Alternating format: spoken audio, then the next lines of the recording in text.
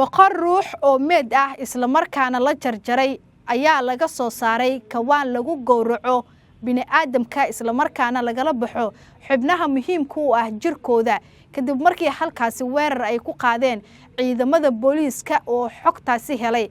muuqaalkan ayaa idinkugu soo gudbin doonaa sababta ka dambeysay in bini'aadamka isagoo nool la qalo isla markaana xubnaha muhiimka u ah jirkiisa lagala baxo iyo sidoo kale waxyaabaha laga damacsanaa ayaa muuqaalkan idinkugu soo gudbin doonaa. dhacdadan la yaabka leh ayaa waxay ka dhacday dalka Nigeria.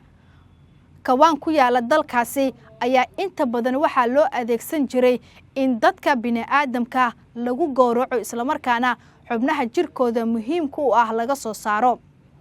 sababta ka dambeysay in bini'aadamka la jarjaro isla markaana laga soo saaro xubnaha muhiimka u ah jirkooda ayaa waxay tahay siyaasiyiinta iyo sidoo kale dadka raba xilka maamulka ee dalkaasi Nigeria ayaa looga qaataa lacag fara badan si loogu sameeyo sixir ah inay ku guuleystaan talada dalkaasi. arintan oo muddo sanado ah ka socday dalkaasi Nigeria ayaa waxa ka war helay booliiska dalkaasi iyadoona mar qurax ay weerar ay ku qaadeen kawaanka lagu gowraco dadka bini'aadamka. booliiska markii xogta ay heleen isla markaana ay tageen kawaanka lagu gowraco bini'aadamka ayaa waxay halkaasi ay kala kulmeen amaba ay ku arkeen qolfoof bini'aadam iyo sidoo kale xubno muhiim u ah jirka bini'aadamka. waxaa sidoo kale kawaanka xilligaasi dhex yaalay boqor ruux oo hilibkoodii la jarjaray kuwaasi oo kawaanka surnaa.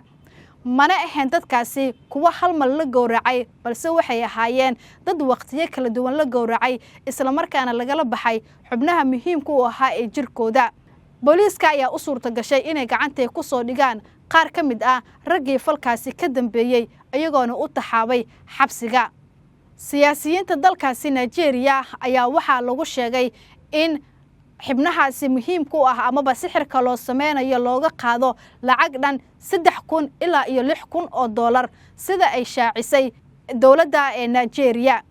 dadka sidoo kale jirkoodii la jarjaray ayaa waxaa ku jiray caruur tiro beel ah iyadoo dalkaasi Nigeria horey looga waayay caruur tiro badan kuwaas oo waalidiintooda markii ay warbixintan ay soo baxda ay sheegeen in kuwa badan ay laayihiin caruurtooda iyadoona loo maleynayo in ay qayb ay ka ahaayeen dadkii jirkoodii la jarjaray isla markaana xubnaha muhiimka u ahaa jirkooda lagala baxay. arintan ayaa waxay fajaci ama kaag ay ku reebtay dadka ku nool dalka Nigeria iyo sidoo kale intii xogtan la socotay oo ay ka warqabeen. wixii warar ee ku soo kordhay la xiriira dhacdadani muuqaaladayna xiga ayaa idinkugu soo gudbin doonaa.